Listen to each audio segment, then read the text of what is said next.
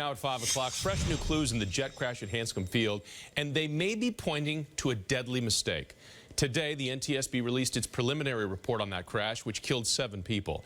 And it shows a safety feature that is supposed to be switched off before takeoff was actually engaged. WBZ's Beth Germano joining us from the Satellite Center with more on this. Beth?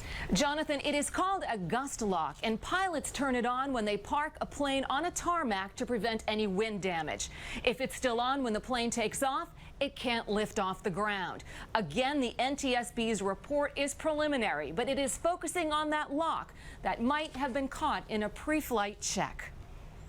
It's not even a suggestion. It's mandatory.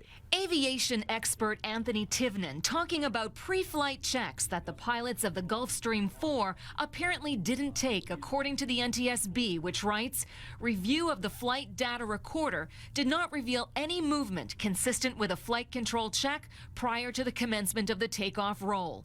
It was a tragic mistake because of what might have been missed.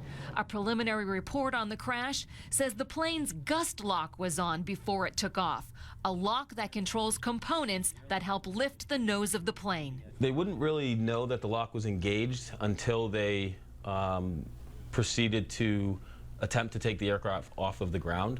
And by then, it would be too late. It was a normal takeoff until flight data recorders indicate the pilots engaged the reverse thrusters trying to stop the plane.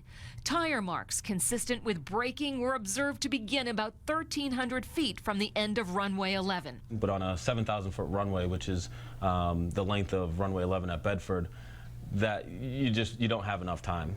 Doing 180 miles an hour, the plane is not going to stop. It ended in a fireball at Hanscom Field as the plane crashed into a gully. On board, philanthropist businessman Louis Katz. 3 crew members and 3 guests never had a chance. For 2 experienced flight crew pilots to not say anything or not perform that check, it's very startling. Now, the NTSB says there were comments from the crew about aircraft control, but they haven't indicated exactly what was said in the seconds before the crash. It could take months before a final report.